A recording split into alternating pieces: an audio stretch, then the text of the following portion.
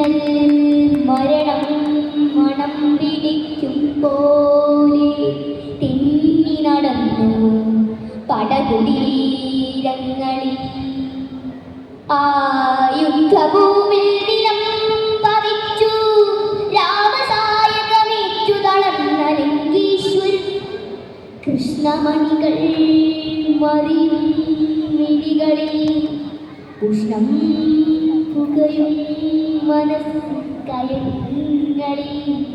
മൃത്യു പതുക്കെ പതുക്കെ ജീവാണുക്കൾ കൊത്തി വിഴുങ്ങും ശിരോമണ്ഡലങ്ങളിൽ. അപ്പോഴും രാവണന് ഉള്ളിലൊരന്തിമ സ്വപ്നമായിരുന്നു മനോജ്ഞയാം മൈഥിലി. പണ്ടുവനാന്തവസന്തവികുഞ്ചങ്ങൾ കണ്ടു നടന്ന മദാലസയൗവനം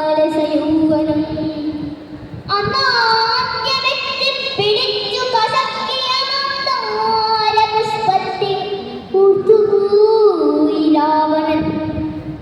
നിരവധി മലസരസായകം വേദനിപ്പിക്കാത്ത ജാമലരിനെ അന്നാക്രമിച്ചു തളച്ചിടാനാവാത്തതൻ അഭിലാഷം മദഗജം മാറി.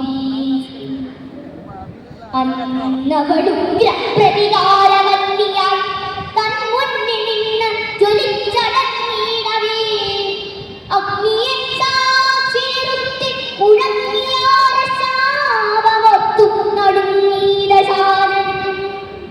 എന്നിലെ കന്യകാത്വത്തെ നശിപ്പിച്ച നരാധമ നീ മരിക്കും നിനക്കെന്നെ ജനിക്കും പെൺകിടാവിനാൽ.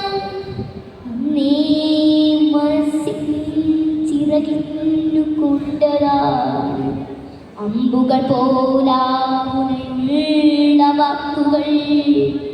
മാറിൽ തുളഞ്ഞു തുളഞ്ഞുടേറും രഘുവീരന്റെ ബാണം വെളിച്ചെടുത്തിടവേ കണ്ണു നിറഞ്ഞുപോയി രാവണന്. ആ കാത്തുപെണ്ണിൽ പിറന്ന മകളാണ് മൈഥിലി. ചന്ദ്രിക ചന്ദനം കൊണ്ടുവന്നീടിലും പൊന്നശോകങ്ങൾ പിരിഞ്ഞു വന്നീടിലും ഇങ്കു ചോദിച്ച് മണിത്തൊട്ടിലിൽ കിടന്നിന്ദ്രജിത്തായിരം വട്ടം ചിരിക്കും. കണ്ണൊന്നടച്ചാൽ കരളിനകത്ത് ഒരു പൊന്നും ചിലമ്പു കിലുക്കും കുമാരിക. ഓമനത്തിങ്കൾ കിടാവുപോൽ തന്നുള്ളിലൂടി നടന്നു ചിരിക്കും കുമാരിക. ഓമനേ വീരുമാണച്ചൻ അല്ലെങ്കിൽ നിൽപ്പോമേ സമുദ്രത്തിലിട്ടേച്ചു ബാലമോ.